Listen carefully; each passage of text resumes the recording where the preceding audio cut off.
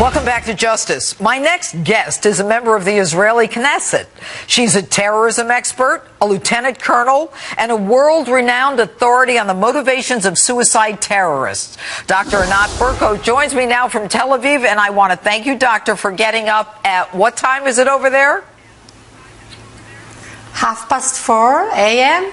4:30 a.m. Yeah, well, my early. viewers and I thank you. All right, let's get to it. As our president promotes an influx of refugees and says that our vetting process is vigorous, Americans are wondering, do we really know what we're doing? And I want to read some of these questions to you. Number one, the questions that they're asked for the K-1 visa, that's the fiancé visa, is, quote, do you seek to engage in terrorist activities while in the United States? Or have you ever or do you intend to provide money support to terrorist groups? Now, how do those questions strike you as a way to determine whether or not someone is a terrorist? I think that those questions are very unsophisticated. You need to look for the biography of those people. You need to find a way not to ask the question when they are next to the counter with fake passports or something like that. You need to know in advance who are those people and where are they coming from. Like this woman who came from Pakistan to Saudi Arabia, which is odd. Perhaps she was alone in patriarchal family. It doesn't look so usual to see a woman, they just got the permission to vote in Saudi Arabia to local election. And we're speaking about this woman moving from here to there by herself. It's very unusual. So you have to know where were the stops of this woman. The place that she prayed, what are the mosques, with whom she interacted.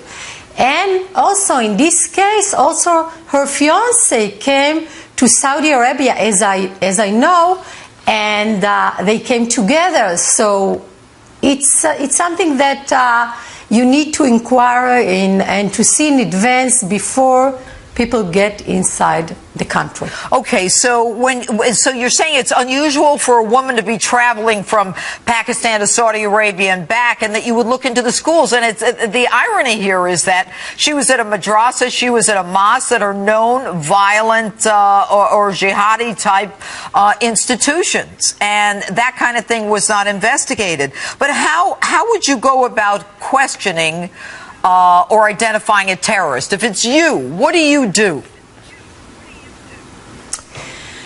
From my experience, I look at the background, I look at the family. You know that terrorism, it's a kind of family patterns. You'll find a cousin, a brother, an uncle. Sometimes I interviewed a brother and sister. Both of them were suicide bombers that were very lucky that failed. But you see a pattern in the family, same environment, especially youth, it's subculture. And we see this, as I call it in my books, a duda. It's a worm that digging inside the mind, this ideology, this extremism. We're not speaking about all the Muslims in the world, but definitely we have right now a problem with the Salafi jihadi wave of Islamism that can cause such a damage.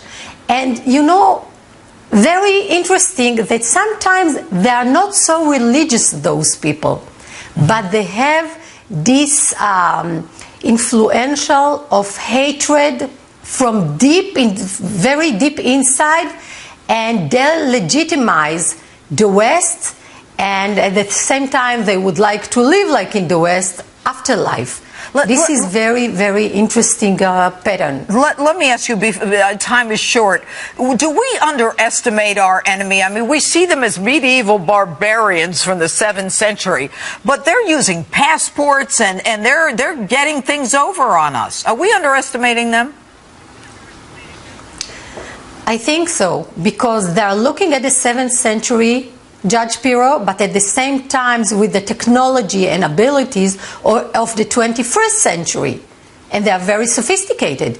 You have a lot of jihad tourists right now in Syria and Iraq, and they have, many languages, digital media, and other things. So we need to know that those people are very, very dangerous, and security is before privacy. All right, Dr. Anat Berko, thanks so much for getting up and being with us tonight. Thanks for having me.